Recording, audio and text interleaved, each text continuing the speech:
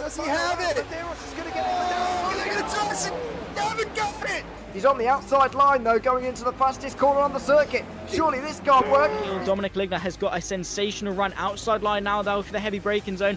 Around the outside goes the Audi R8. Look how much Miller's come back into play. Exactly. Miller's still such up. He's touched on second and change. All of a sudden, Miller's back in play. Can Barry do it? Big Barry's going to do it! Big Barry!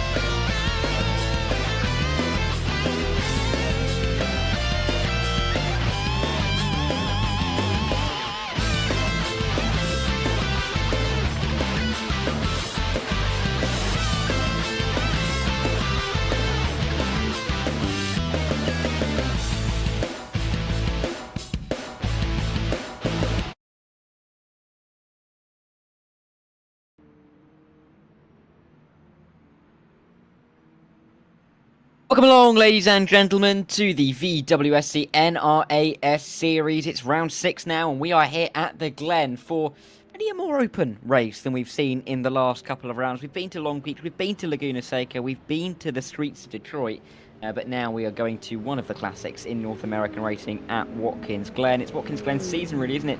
We're seeing it pop up a lot in lots of calendars, and a pleasure, as always, to be commentating on a track with such history, with such vigour, and with such great racing action that we often see. My name's Dareth Thacker, up in the commentary booth alongside Paul Glover, who is joining me, as of course James Parfitt off on holiday.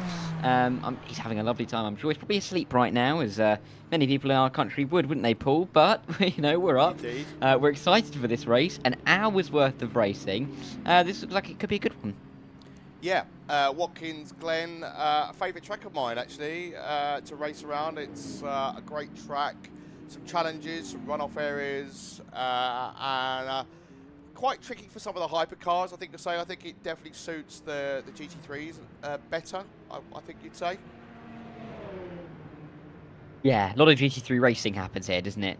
So I think well practice is another way to put it for those guys. But before we get into the race, and of course we get into all the grid and all of that malarkey, we have got lots and lots of information to give you lovely people here this evening. First up, of course, got to talk about the calendar. We are on round 6 now. We're halfway through the season, really. I mean, of course, 5 rounds down, 6 to go. So halfway through this race, if you're being pedantic, we'll be halfway through.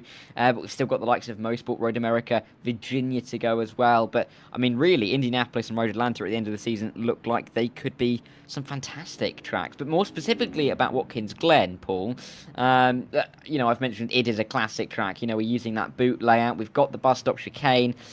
We've got the, you know, corners like the toe and the heel. They can cause a little bit of issues, but we were talking pre-race about turn 1.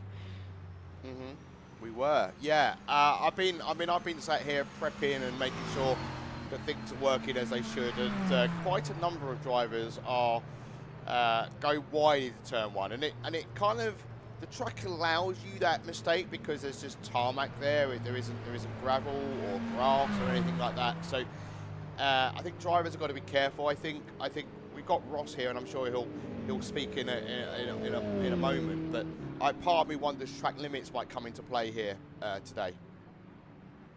Absolutely, we'll get Ross, we'll get the birthday boy in very shortly. But before we do, let's talk you through some of the challenges of tonight's race. Of course, it can be specific, but multi-class closing speeds, they're going to be big. There aren't too many heavy braking zones. We've seen all the way through the season how in the slower speed corners we've seen less of a difference between those GT3s and the hypercars, but with lots of straights, with more high-speed corners, we're going to see quite a big closing speed. Possible for weather at this track.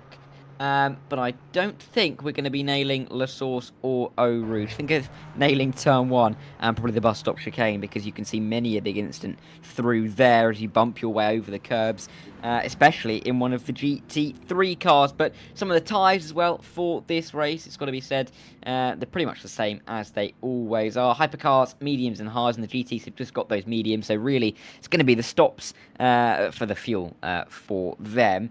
But before we do get into the standings, I will bring in the wonderful Ross Smith. And as I did touch upon, Ross, it is your birthday today. So happy birthday. I've noted, and Paul noted as well, qualifying hasn't gone particularly well for you. You talked about traffic. Is traffic going to be an issue in the race, do you think? Because, it's going to be a race, as I mentioned, with lots of high speed, lots of closing speed. Is it going to be a bit of a risk, really? Well, it always is, and thank you for the birthday wishes and for having me in here.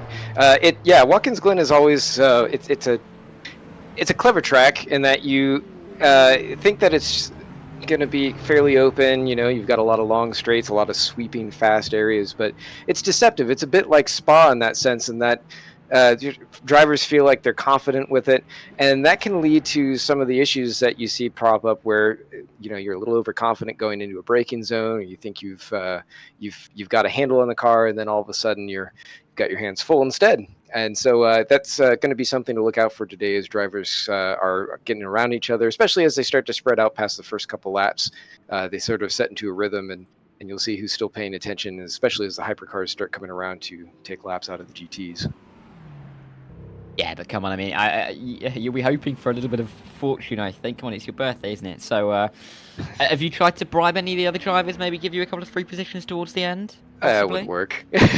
Yeah, they mostly just laugh at me if I tried. So, no, I expect it's going to be Elvis out the full way. And, we're a little bit set back, starting with the NSX. It's been a while since we've run in this thing. Typically, we've been in the Lambo. I was actually surprised to see my teammate show up today. I thought he was actually this is Josh McClinsky. He's supposed to be basically gone and dead in the sim world, not in the real world, obviously, but he's shown up just for a one-off, I guess, and of course that's made complications. But here we are.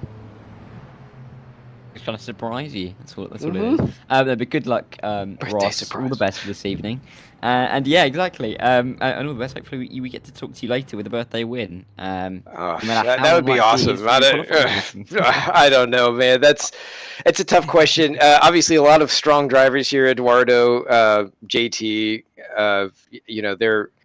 They're all very strong. William Schlichting. I mean, I've seen him running in the V8 supercars in our in our club series that we run. So they're going to be up there. They're going to be very strong. They've put a lot of practice laps in. Like I said, I'm still coming to grips with how the NSX is, especially compared to the Ferrari after running that for so long. So I think it's going to. I'm sorry. Go ahead. Qualifying's finished. I'm just thinking we probably need to start looking at the standings as. Sorry. Carry on. Yeah. Dara, take it away. Yeah, yeah, we'll talk to you later, Ross. But no, Paul is right, because we have got to get through some of these standings. First up, we should be able to look at the Hypercar Pro category. Now, Dan Kirby leads the way category, despite not being in all of the races so far. He leads from Alec King and Mike Bell. Brian Hall and Franco Alvarez were in behind. Adrian Rice in the battle as well. Ben Kesby, Carl Vaser, Don Hunter. They haven't shown up to all the races, but when they have done, they have been very competitive.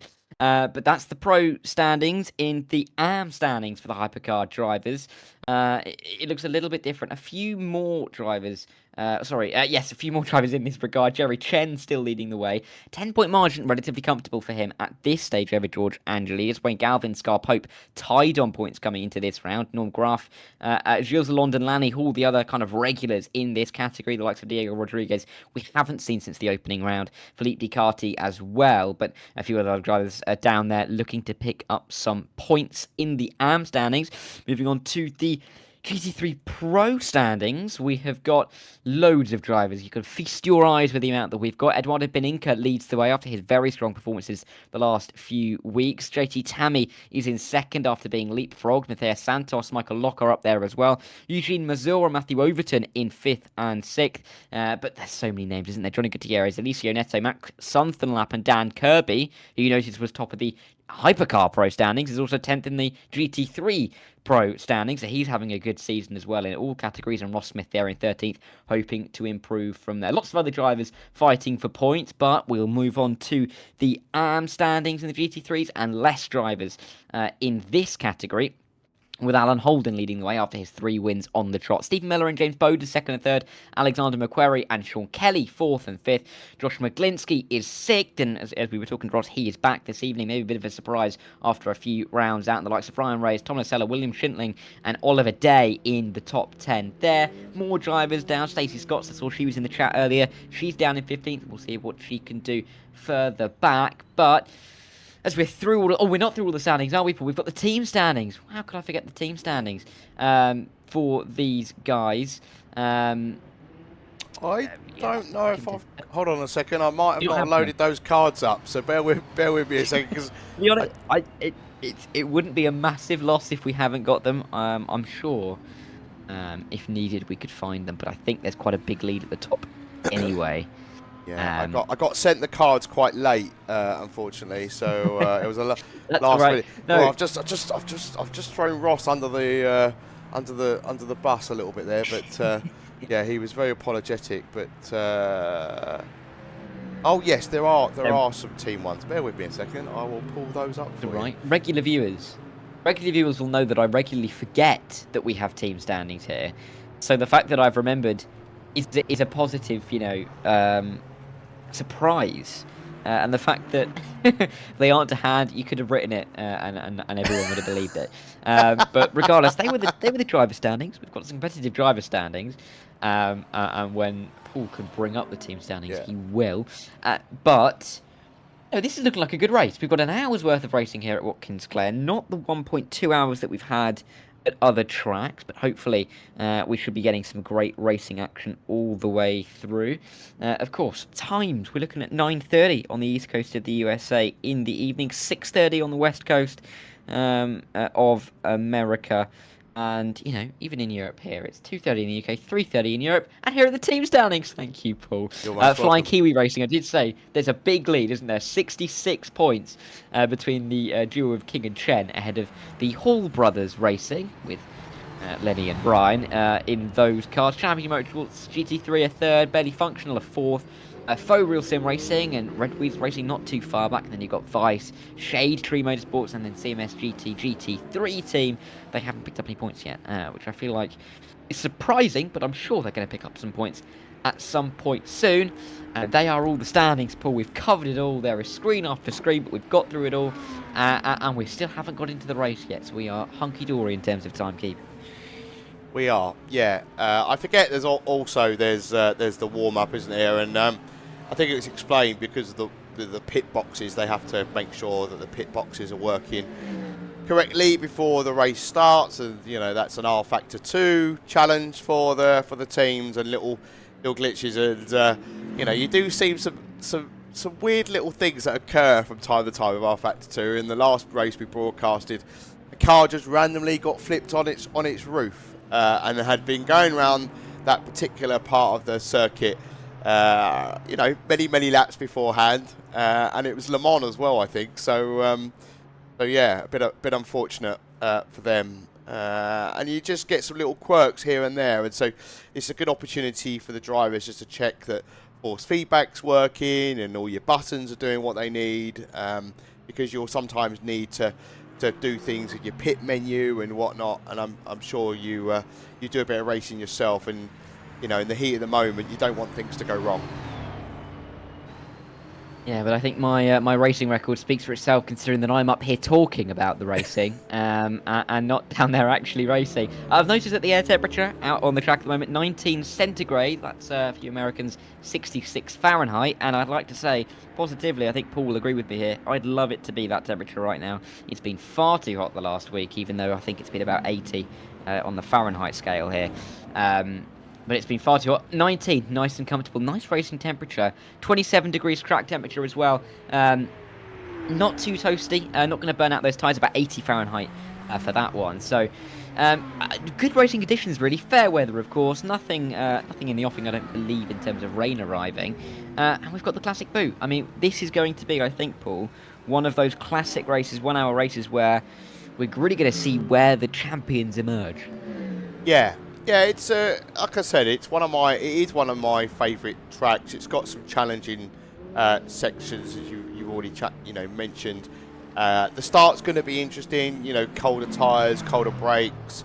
Who's going to make it round in one piece? And also, you forget, turn one kind of reminds me to some degree the turn one, the Nürburgring, right? Where you've got the slight sort of downhill section. Obviously, I don't think it's quite as steep as what we have in Germany, but it also sometimes sort of people stick their nose in where it's not necessarily wanted, and then that gap or that opportunity may be there, but because the way the corner kind of unfolds, it quickly is going to be shut. So I think it's you have to kind of make that decision. I want to survive. You've got an hour race to go. You don't have to take that risk, because if you do, if you try, I call it try hard. If you try too hard to make a move, that's where mistakes tend to occur. I think an interesting question you asked Ross is about the traffic. I think the traffic is going to be a problem here, especially in sector 3 in the final sector. There's a few rights and lefts and only little bits of straight around the back of the circuit. And the hypercars, you can immediately see, as soon as they're on the straight, they're so much quicker than the GT3s. But the GT3 drivers have got to have an awareness around them as well. So it takes two to tango. I'm sure you've done many broadcasts with James. He loves to get angry about blue flags. That's not going to happen here. But I think people forget that both drivers have a responsibility to make it work, and this is one of those tracks really that's fundamentally important. That the hypercars have a little bit of patience, but then the GT3s aren't ignorant in the same breath.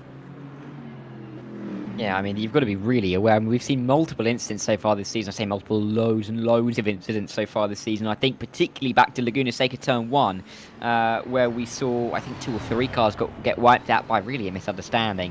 The hypercar trying to come through the GT3s. I think really a pinch point for where we're going to see quite a bit of incident in that regard is probably going to be that bus stop chicane. Maybe a hypercar being a little bit too ambitious. Or maybe just a GT3 not really expecting a hypercar to come through there and see a bit of a collision. Famously at Laguna Seca, James did, in his own words, give birth to a litter of cats, which just kind of explains, the drama, I think, and the worry that this series induces on us up here in the commentary box, and it very much keeps us awake despite it being 2:30 in the AM here in the UK. The sun will be up, won't it? Or the sun will be rising by the time. In about 2 hours, yeah. So by the time we're going to bed, yes. And to your point, it has been a bit roasty here the last few days. And for those that don't live in the UK, our houses tend to be built to keep the warmth in. So especially the more modern houses, I don't live in one of those. So my house is very cold during the winter and a little bit roasty in the summer. So we us Brits are obsessed by the weather. We love to moan about it being cold, and then we love to moan about it being too hot. We're never happy, it would seem. So I'm enjoying the warmer weather, but it can make it challenging at times. And especially considering that I would have my fan on if it wasn't going to be heavily picked up by my microphone. Same, yeah, same so here. I'm going to progressively be getting warmer as we go through this broadcast. Yes. I actually know, I'm looking at the temperature in my room. It is 23 centigrade in here. For reference, it is about 15 centigrade outside, and it got up to about 22 today. So it is really quite a roasty place to be in British houses in the summer. Hopefully the same can't be said for drivers, because I'm sure you'd be the same, Paul. When you're driving in temperature, your hands become sweaty, your decision making can become a little bit frazzled. It can start to disintegrate in terms of your pace, and everything snowballs. So hopefully for these guys in America, I know there's a bit of a heat wave going on there, but they should be cool enough to be trying to maybe just make sure that they're not being influenced by the heat and the temperature. Well, I think it's fair to say that aircon is more common in the US than it is in the UK. Yes. We probably only really need it for a small number of days per per calendar year, as where I think in certain states in the US the heat is more common, so the houses tend to come with aircon, especially the more modern ones anyway. So hopefully everybody is using that to the best effect. And the problem I find is the back more than anything, the sweaty back. So I've even just driven in just boxer shorts before, just to try and keep myself as cool as possible with no top on. It's not necessarily a nice sight, and I wouldn't, put that on anybody's eyes. But just to do something, just to sort of keep as cool as possible. And for the first half an hour, you're fine, but then as the intensity of the race, your heartbeat starts to rise, everything else. Yeah, but I tend to wear gloves when I'm racing because my hands are sweaty, whether it's hot or not, when I race. So I don't want to lose grip of my wheel at any point. So yeah, I'm a glove wearer when I race. Yeah, it just depends really for me. I mean, again, I have very clammy hands, so just in general. So I don't often go for the gloves unless I'm basically cold, Right. in which it keeps me warm. But yeah, everyone has their own thing. I know that I've done many a broadcast where we've had a face cam on the drivers, and there's nothing better than doing an endurance race commentary. You've got, let's say, a 4-hour time slot with you and this one other guy, and you roll through every single face cam that we've got, analyzing their setups. You'll have some guys that have a dark room that are basically in a shorts and a t-shirt. I remember there was one guy who basically, it looked like he was wearing mittens on his hands, a big jumper. Everyone has their own way of doing it. There was someone in their kitchen. There's all forms of different ways of going about it. And it really does kind of show that there's no real clear way of doing things. It just really is based on preference, isn't it? Yeah, and also when it comes down to the rig and the wheel that people use, I mean, people have got different budgets, and the old adage that whether you spend £150, a couple of $100 on a wheel, and you go and spend thousands of pounds on wheel and pedals, it's the talent that comes from the human that's really going to make the difference. You might get a little bit more consistency with better hardware, but at the end of the day, I mean, if I go and spend another £1,000 on my equipment, I'm not going to get any faster. I have a limit on the talent, and that's the problem. But yeah, and you see different kinds of rigs and different locations. Some people have a dedicated room for their rig. Some people have the squeeze in their bedroom. Some people, as you mentioned, have it in their kitchen, which is an unusual place. But if you live in a flat, you probably don't. You don't have much of a choice. Not everybody lives in a house, with 4 bedrooms or 6, or like Mr. James Parfitt, with a west wing, So. Everybody makes do with what they've got. Some people just race in an office chair, with a wheel clamped to a desk, and those guys are faster than me. So, yeah, takes all sorts really, and not the people as well, right? Different backgrounds, different languages, different time zones, everything. So. Yeah, and that's what I love about things like this, is it kind of brings people together, these events, these leagues, championships, whatever you want to call them. People over the world get together and come together for this, fake sim racing that we love to, this fake racing that we love to do. And whilst the racing on screen, is itself is virtual, the competition is very much real. Absolutely, and these guys, it's nice to have the community that we kind of get here. That it isn't always the same everywhere, but in leagues and competitions where you get that community, it kind of feels like there's more respect, there's more care given towards other drivers, and it just kind of feels like you're there for the racing, and you don't really want to spoil it for each other, which is always what we want to see. It's kind of what we get here. At CMS and in the VWSC NARS series, all those letters, which I am starting to nail. At the start of the season, I was getting all of those letters wrong, but I am starting to get them right. You were talking about, I think, as you were talking, I was thinking about another point at how us as Brits, me and you, Paul, can be different to Americans who may be watching this stream, is that British people have very small houses compared to Americans. I Yes. have American family. My mother is American. But so that means I have, aunties, uncles who live out in America.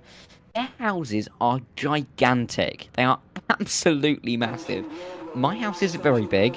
The best place I can fit a sim rig is basically where the airing cupboard, or I don't know what they'd call it in America, where the washing machine used to be.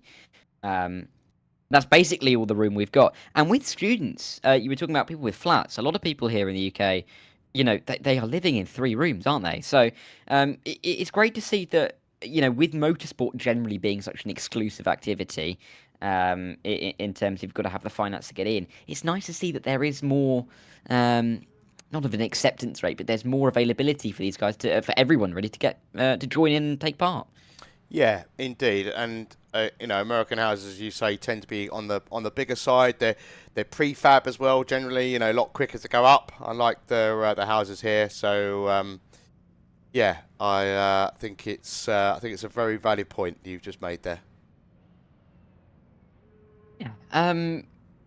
Yes. I'm looking forward to seeing some new houses, hopefully in the future, if I can ever buy one. But that's not for the conversation for now. But the conversation is for now is the starting grid that we're going to give you for this race here at Watkins Glen. Lots of cars on the track, and our first couple of rows are Alec King and Franco Alvarez, who are lining up at the front. Franco Alvarez, of course, he was winning at Detroit, fell away as they went through the race. In our second row, we had a nice little lineup of Jerry Shannon and Ben Kesby. Brian Hall is in 5th, and Troy Uyan in 6th. Mike Bell and Scar Pope are on the 4th row.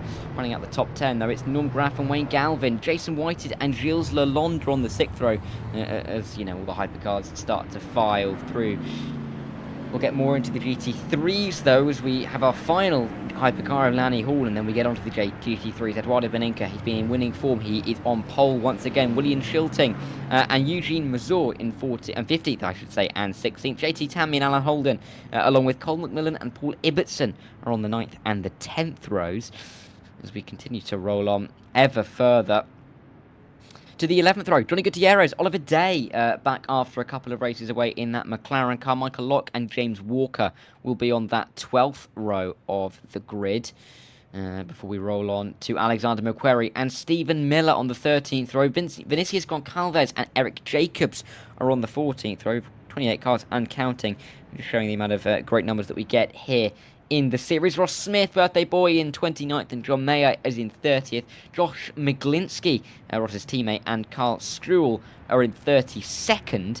As we, that's the 16th row. We continue on with Tom Nacella and Ryan Reyes. James Boders, David Anderson on the, the 18th row now. And then just a couple more drivers rounding out the order, I do believe, who are Chris Dudham and David Anderson on that 19th row. But, I mean, such a big field, Paul. So many cars, so much chance for action. This first lap's going to be really crucial. Yeah, indeed. And it is, as you rightly said, it is a rather large grid. So lots of traffic for people to deal with and contend with. But at the moment, obviously, they're just on the formation lap, and we'll be racing underway very, very shortly. Well, an hour, just over an hour on the clock, trying to get it just so that we get the hour as we get the race started, really, with Alec King crossing the line at the right time. Of course, keep an eye out for some of the other drivers in the mid-pack. Franco Alvarez, really, actually, near the front, is a driver that he's going to be challenging, for sure. They're going to come around the final corner, though, single file to start this race here at Watkins Glen. It's round 6 of the VWSC NARS series. A lot on the line here this evening as we go racing here in New York State as 1 hour gets underway. We've just got over an hour to get this race run, but into turn 1, no real fight at the front, but there is a move further back as Kesby gets through with no worries whatsoever. Alec King up front as well as they make their way through the opening couple of corners through the S's. So the Hypercars nice and safely through. No big dramas for them as they get themselves away. But in the GT3 category, Beninka will get us away. A battle for P4 in categories. They make their way through the opening corner. Difficult, as we said, to really nail that apex, especially with the higher fuel loads that we'll see at the start of stints. But it seems, Paul, everyone has got through quite nicely in a way. Yeah, rather nicely indeed, and that's always good to see, isn't it? Like I touched on, you've got your cold tyres and your cold brakes, but everybody's managed that absolutely beautifully. So well done, everybody. Yeah, nice to see that everyone's made it through. No, as I said, no big dramas really for anybody that could really hinder their chances in the race. Mike Bell and Troy Uyan. Not too much between these two guys as we watch battling going in towards the hill. And, you know, it's so difficult really to look for a move at a track where there's so many high-speed corners, really. Because you've really got to be committed, but there isn't too much of a braking zone to make that commitment stick. No, you're right, and but again, I think as the race goes on, as people's tyre wear comes into play, that's one of the places I expect people to go a little bit too deep, and you know, it just takes a moment of concentration lost to miss your braking point, and you've given that position away. Exactly. Alec King sets the fast lap. King and Kesby, of course, different people. Ooh, so that's a bit of a moment as they make their way through turn one. A couple of drivers drifting wide as, you know, taking the NASCAR line really through there. But moves still being made just in behind. We're looking at Scar Pope there, looking to try and capitalise Norm Graff in this battle as well. But a couple of minutes in, they haven't really settled down very much, I think it's fair to say. But there are still battles going into the bus stop. So dangerous to try and make a move through there. But generally at the front, it doesn't seem like there's much of a challenge for the class leads at the moment. No, there isn't. I feel like they're just kind of sort of settling into it. I think, you know, 57 minutes, kind of like what I said before. You don't need to force it. The King and Alvarez seem to be sort of a little bit of a league of their own, and then you've got Kesby, Hall, and Bell here, sort of in a nice little group, and then a little bit further back, we've got Scar Pope under being challenged by Norm Graff a little bit. So there's another little bit of a group here as well. So if the order wasn't somewhat confusing enough, of course the Hypercar pros and the AMs are mixed in together. So, you know, we're seeing this order clearly on track, but there are going to be pros and AMs kind of interspersed with each other in this order. So Norm Graff is ahead of Wayne Galvin, but, you know, he's not directly behind Scar Pope, I do believe, or at least the car in front of him is then not Jerry Chen. So, you know, there's a little bit of mix between those guys, and particularly that is the case in the GT3s. But a couple of laps in already. Oh, was we actually going to see a move between this and Johnny Gutierrez here trying to make a move. Oliver Day is further in behind, so this is a move for P4, I believe, that Johnny Gutierrez is making. Or actually, again, he may just be passing one of the pro drivers. In fact, that is the pro driver of Cole McMillan. So if anything, just putting a car between himself and the driver who's racing realistically for points. Yeah, nice little move there, but nice little gaggle of cars here as well. So as you just see, I think is that a Mercedes just went a little bit deep into the final corner, and that's the thing as well, right? Getting the first kind of turn one, turn three, 2 and 3 really important here. Is you get the run and you get the momentum, because there's a very long straight, and that's where the slipstream. And if you don't get that right, you're going to be under pressure into the next braking zone, and you potentially might, you know, lose a position or two, depending on how close people are behind you. So, but yeah, it all seems to be settling as we can see a move ahead. Not quite sure who that is. It might be Ibbotson, I think, and Gutierrez. No, Holden, by the looks of it. Yeah. So. Yeah, it looked like a move. He was being challenged there, wasn't he? So managed to hold it off. We can see with Holden as well. He's got a 10-second gap to try and bridge to Shilting, who is, you know, nearly right at the front of the GT3 category in general. He's 4 tenths behind Beninka, who's the leader in the pro category, and Shilting is, you know, the leader in the AM category. So clearly some good work going on there in the 047 car.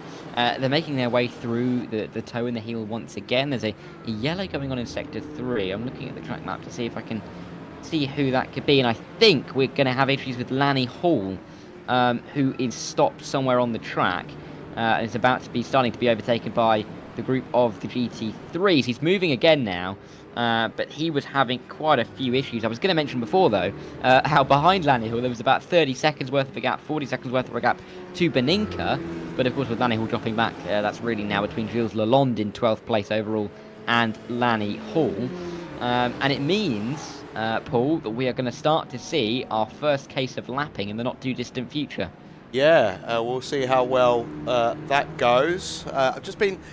My mind's just been focused. I had a bit of a technical issue with my second PC, and I've got that back up and running now, so we can have beautiful things like this. So in screen action, so we can try and keep. I like to try and keep a focus on both different classes, the hypercar and the GT3s, because you know it's very hard to keep an eye on everything that's going on at once, isn't it? Especially when you've got multi-class racing, as we know. But yeah, already, as you can see, the Porsche's already been lapped and about to be lapped again and again. So there you go. Yeah, 14 hypercars, of course, 13 really now in the lead battle after Lanny Hall's dropped out, are going to be wanting to come through all of these GT3 cars as easily and as quickly as they can do, and down this straight really in towards the bus stop is where we're going to see, I think, a lot of this overtaking occur. But of course, these drivers have got to be careful about it. They really can't be rash about these moves. So we are seeing a move for position. This is Ben Kesby and Brian Hall fighting as they bounce their way through the bus stop chicane. Hall really defending well as they make their way onto the carousel. Kesby trying to find a line through, but all this is doing is allowing Bell right onto the rear end of these two. Yeah, it is. And also, you know, there's a really close battle going on at the moment for the lead for the GT3. So you got Beninka and apologies, I'm probably going to absolutely butcher the surname, Schlitzling. I don't know if that's how you pronounce it, but apologies. And, you know, so you've got GT3 AM challenging the Pro. So having a lovely little battle in the bottom right-hand corner of your screen there. Yeah, as they make their way through turn one, of course. So, I mean, we can see quite a lot of these cars. Always we're seeing some GT3s getting lapped there. You know, we're kind of seeing everyone in the same part of the racetrack. If I'm looking at the track, or I'm not necessarily the track map, but kind of like the track map at the moment, and there is a big gap in the middle of the track, sector 2, where there is barely anybody, 2 cars, and the vast majority are, you know, coming across the line, starting another lap. You can see it there. Thank you, Paul. You're welcome. I forgot I had that, to be honest. I mean, with everything going on, I completely forgot I had that. So yeah. On our live timing, I don't know if people know this, on our live timing, we have a kind of like almost like a string where the cars are. So it isn't a track map per se, but we can kind of sense who's near each other on track. But you can see there beautifully that basically from turn 1 to the carousel, there is, you know, most of, if not, you know, 7/8, 3/4 worth of all the cars. Just my word, that was ambitious. That was, Mike Bell, he's got to be careful. And there's a GT3 right there as well. Oh, yes. How did that not go wrong? How did that not go wrong? How did they make that? Sometimes I just make funny noises. You'll notice this about me. Because I'm like, oh, what? Hey? How did that, huh? Yeah, that was risque, wasn't it? It was effective though, wasn't it? I mean, using the traffic is going to be incredibly important for making moves here. Just putting that GT3, putting your car in a position where, you know, the car on the inside is going to get compromised by the GT3 line. You know, they're going to have to lift off. They're going to have to lose some time. And it's going to gain you some time in positions. Because seeing it again, Kesby having to go around the outside of the GT3 here, nearly contact, and then nearly contact with the barrier there for Ben Kesby. So he's not having the best of laps, losing a position, losing time to Bell. And he's got to try and get it back together. Meanwhile, battle, I think this is technically for the lead of the GT3s. Well, this is shilting down the inside of Beninka as the it's the hypercars are now starting to come through. So we're looking at Ibbotson. Sorry, I should have said we're looking at Ibbotson. Yeah. Was that Ibbotson? Oh my, yeah. Bad. But I mean, that was 3 wide up there. That is scary, scary stuff. Yeah. So this is the battle for. We bring it up on here. So this is the battle for No, not 8. Well, not 18th and 19th at all, but 4th and 5th. So there we go. That's better. Yeah, look at it, right on the tail of the Lamborghini. So, and now you're coming into the twisty section, aren't you? So this is where aero is really needed. And if you're right behind another car, you don't quite get the same level of aero grip required. As you can see, like the hypercar, Cadillac, I think that is, trying to make its way round. So that's always interesting, isn't it? Where you're in a battle, or you come up against a battle that's really close in a lower class. You're like, as the faster car, you don't want to really interfere. Or as they just go 3 wide there, and I thought that there was good. Luckily, it looks like there was enough room there. But yeah, you don't really want to ruin someone else's race, do you? That's the point, right?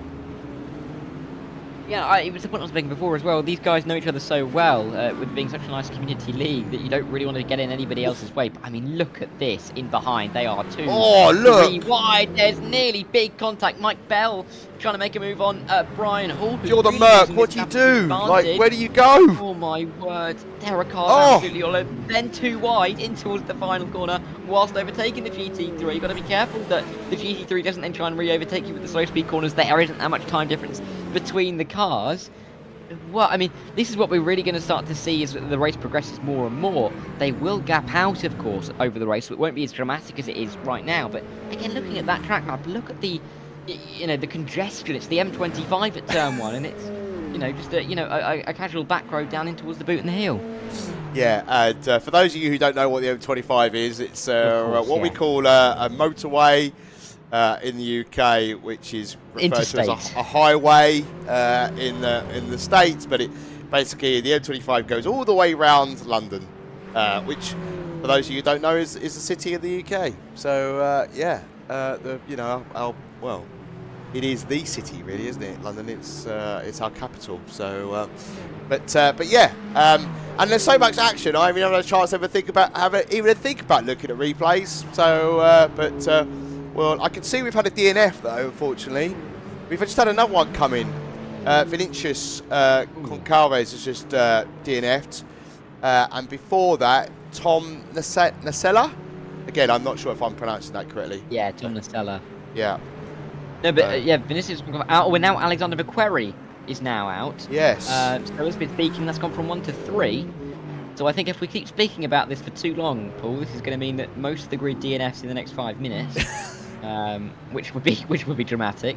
But no, those 3 are now gone. Maybe some kind of collision. It's so difficult. As you said, there's so much action going on. It's so difficult to then pull a replay for one particular moment. There are so many on track. I mean, the only saving grace is that we've got 38 cars, not I think the 54 that we had on the opening round. So, it could be worse, but it's still not ideal when you're trying to find all of the action on the track where, again, you can look at the track map.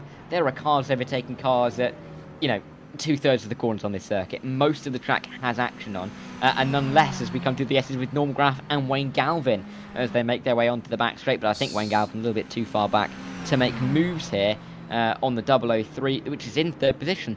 It's actually a bit of a nice synergy that the 003 is in 3rd and the 40 is in 4th, isn't it, really? I think they could just stay there. It'd be nice. Yeah, I'm just going to bring up a replay. So we're looking at Paul Ibbotson.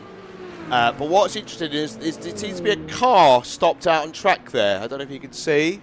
And then Paul takes... I don't know who that is at the moment. I will try and work it out and report back, but yeah, just thought I'd bring that to your attention. My money's on it's going to be one of Vinicius Goncalves or Alexander McQuarrie. That's what my money's on. It could be either. There was really. Your prediction that there was a big collision is bang on. So yes. I'm getting good at this now, aren't I? I think you might know what you're doing. So, but I think a hypercar might be involved, or a number of cars might be involved. But here we go. Oh my word! Here we go down into what? Oh yeah, this is I picked the bones out of that really. That is, oh my word! That's the kind of thing that you'd see on, and I'm sure they have these programs in America, where it's like a dash cam, a dash cam program, and it's all these big crashes and stuff that you see from people's point of view. But like, that's kind of one of those crashes where you look at it and go, I cannot explain exactly what has happened there. That's absolute chaos. Yeah, the problem is I don't think we're going to find the time to really pick the bones out of that one. But there's clearly a hypercar, I think, that might have caused that. So yeah, and it's obviously quite hard sometimes to work out, you know, which car's done what. So yeah, it is fun. It is fun sometimes to try and work it all out. But like we say, there's so much action going on today, so we'll try and sort of bring you the live action as we're still looking at the battle between Graf and Galvin.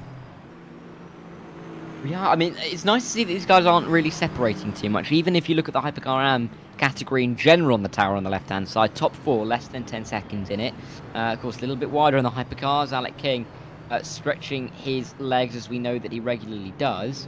But even in, yeah, the GT3 battles have widened, with the exception, they haven't widened with the exception of Beninka and Shilting, who have kind of just pulled away from the rest. I mean, Shilting half a minute ahead of anybody, but then behind that you can see McMillan, Holden, Miller. There's only about 5-6 seconds in it between those guys, so not too much. But as we go through this race, we're going to start to approach the first pit stops for the Hypercars. The Hypercars are likely to need 2 pit stops in this race, unless they can save. The GT3 should only have to have 1, but we've seen a splash and dash before, so we can't really rule it out, and we won't really know if that's going to be the case until we see it happen on pit road with about 5 minutes to go. Yeah, I think that's where things will get a little bit more interesting, is that, you know, the pits do tend to mix things up a little. I'm just trying to bring you a replay. Our birthday boy, I think, managed to avoid the carnage just about, so I'm going to bring you a replay of him on board, and you will see the avoiding action that the birthday boy had to take. So as you can see, he spins the car and just manages to take avoiding action of that big collision that we saw. So a bit of birthday luck there, I think, wouldn't you say? Yeah, exactly. You know, there's your present, there's your gift. Probably a Code Brown moment, wasn't it? It was his gift. But yeah, we'll see if he can continue on. This battle between Graf and Galvin is continuing on in further, really, isn't it? As they make their way through this final sector, Galvin really trying an up and underline. Will he have the inside line into the penultimate corner? He will just about, but Norm Graf is able to sweep around the outside, claim the racing line into the final corner, and he stays in front. But these two really are going at it hammer and tong at this stage. Not really giving much of an inch to each other, but it's nice to see that they're keeping it clean. Yeah, indeed, and we've got some GT3s doing the same here. We've got Mika Locke and Oliver Day keeping each other in relatively close company. So, you know, you've got McMillan down in P19 overall, and he's got Alan Holden in close company as well, as we can see there. But then 5 seconds back, you've got Mika. But he's got in close company Oliver Day, and then a couple of seconds back you've got Eric Jacobs, and then he's got Ross Smith, the birthday boy. But it looks like Jason Whitted has also joined in the battle with Norm Graf and Galvin, so that's become a bit of a three-way. But we've also still got a bit of a battle for Mike Bell and Brian Hall as well, so they're still going at it as well. They've been sharing the same bit of tarmac for a considerable amount of time. Yeah, I mean, a lot of these guys have been sharing the tarmac nearly for the entire race. I mean, even when you look again at coming through the S's now, 2 and 3 on the top right-hand side of your screen, you can see quite a bit of congestion there between some of the cars. But it is getting to the stage now where there are, you know, a few echelons, a few groups of cars that are kind of forming in each class. So it means it's a little bit more manageable in terms of the traffic. But then we are getting these fights like we're seeing between Mike Bell and Brian Hall as they're sweeping towards turn 1. Mike Bell trying to get that exit against the GT3 in a way that doesn't compromise his line, and I think he's done that pretty nicely indeed. And he should be safe coming in towards the bus stop chicane once again. But like I said a few minutes ago, 20 minutes in or so now, we're approaching what could be these first stops. And, you know, the stops can be so significant because with these little groups forming, you can drop out of the group, you can drop into a group. And again, how you play the traffic is really going to be significant. Yeah, indeed. So while you were just talking there, I've just had another little look at the replay, and Vinicius and Alexander, who DNF, were both involved in that major incident that we saw the replay of. So again, your hunch was bang on, sir. I'll be honest, Paul. I know I think this is the first broadcast we've done together. I don't often get anything right, so this is genuinely quite pleasing for me. You gotta take the little wins. You gotta take the little wins. I normally say something like, I reckon that happened during this incident, and then the direction will come back to me and be like, nope, no, that hasn't happened. Whether they be on co-coms with me or they'll tell me in my ear that they're just laughing at me because I got it wrong. But there we go. I'm glad that I got it right.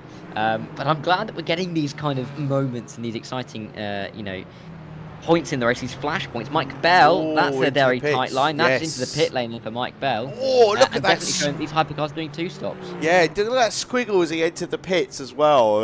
Really pushing it to the limit there. So that now gets, I think, Jerry Chen's now, so Brian Hall's now leading the race as well. So you've got Bell, King, Kesby, Yuan, Pope and Alvarez and a few others entering the pits. Yeah, so I think all the hypercars will be coming in relatively shortly, and then we will see the GT3s coming in, I think, in about 10 minutes time, give or take. But we'll keep an eye out for all of that. As we work our way through this race, we manoeuvre our way towards the half-distance point. Eduardo Beningo, we're looking at here. I mean, he's just having a lovely evening, isn't he? There's no one challenging him. He's 18 seconds in the lead. The only person who's challenging him is Shilting. Yeah, he's 18 seconds ahead in class, isn't he? But he's still got William just a couple of seconds behind. So if we put it mixed, there you go. So Eduardo's in P14 overall, and Willian, who's just 2 seconds behind in P15, and he's in the AM class. I always like having this kind of the tower when we put it up like that, because it gives a real sense of how mixed it is in terms of the order between pro and AMs in the categories. It shows how there's 4 different colours. There's really 4 races going on here.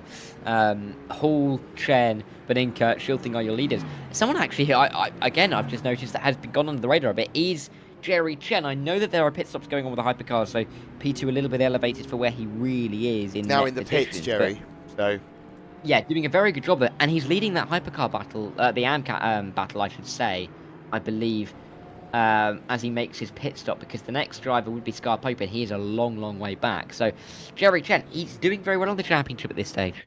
Yeah, Mike Bell, who's just been into the pits, I think must be struggling on his new tyres, because this is what he's just had a little bit of a moment, a little bit of a slide, gets back on to the track, and you're trying to push as hard as possible, aren't you, on the outlap, because you're trying to get the gain in time on your fellow competitors. Yeah, it's a good save though, that wasn't it? Just letting the rear end go a little bit, maybe not intentionally, but making sure it was held and not letting the rear end go fully around on him means that he stays pretty much where he is, maybe give or take a second loss or so.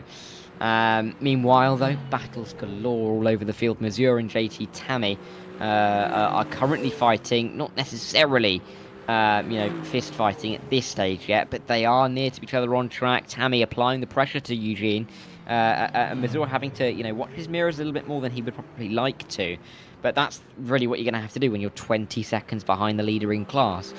There really isn't much else you can do apart from play on your mirrors, because P2 at this stage, unless something awful happens to Beninka, is the best you're going to get from this race. Yeah, indeed. And I do a few broadcasts when Mr. Tammy is involved. I think Eugene's been in a couple of them. I don't think he's in the Saturday series. Oh God, I'll look really bad if that's wrong. But I do the broadcasting rather than the commentary, so hopefully I'll get given a pass on that one. But yeah, Eugene coming in under a little bit of pressure now. That gap has continued slightly edge down. Oh, he gets a little bit squirrely on entry. And as I pointed out to you before broadcast, some of these cars, you can see that they're smoking some of their tyres, especially the Aston in this case. And that's not going to be helping things, especially if you want to try and eke out you know, the amount of laps you do on a set of tyres. So it'll be interesting to see when these guys come in, but see if Tammy can get past what is a well-performing car, is the Aston. Yeah, I mean, it's always interesting just to see kind of the differences between some of these GT3s and which way that the drivers decide to go. Ooh, let's have a look, yeah. Around the outside, can he make this work? Mazur, I mean, JT Tammy's forcing the move, yeah, thank you, to the inside. It doesn't look like it's going to work, but Tammy's gone very, very, very wide, or Mazur, I should say, he's going to relinquish the position. That kind of felt a bit of a, you know, a drab defense, you know. Tyres. I think it's got to be tyres, because as I say, I mean, the way that that Aston is abusing those rears. As you can see there, look, turn one. As I think somebody goes deep, one of the hypercars goes deep in the background there into T1 as well. So, yeah, I wonder if that's coming into play towards the end of the stint. Are the Astons struggling for grip? Be very much a theme of these next, you know, few minutes. You'd expect everyone to take tyres at the pit stop, but I have seen it before where they haven't. So you never do know. Some drivers may try and risk it going to the end cheaply, but it's always a big risk, isn't it? You can never really trust the tyres, especially if they're already starting to show some signs of degradation. You don't want to be losing more time by sticking on the tyres you're having just from the slide and the loss of grip, really, than you would from changing the tyres in the pit stop. Yeah, indeed, and that's where that's where practice comes in, right? It's doing a proper practice on a stint on a set of tyres and understanding towards the end of the stint, well, how much time am I losing in compared to what I was able to do towards the start of the stint, and then kind of doing the maths. If you know, you might have to use a calculator or whatever. I'm not so great at maths, and then working out, well, time lost versus pit stop to time lost out on the track. And I think majority would say new tyres are probably worth it, especially around somewhere like here where I think tyres play a big part, because you need the grip, because there are some twisty sections. If you're talking, you know, tracks that may be a little bit longer and not necessarily so demanding on the tyres, then you might better eke them out a little bit, but still you probably want to put fresh rubber on every time.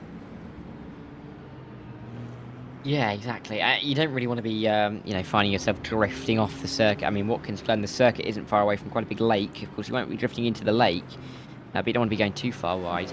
My favourite Watkins Glen fact, actually, is that I think only about a 15-minute drive away from the circuit, or maybe just slightly longer than that, is a place called Hammondsport. So for any Top Gear fans, that is a fantastic name for a town.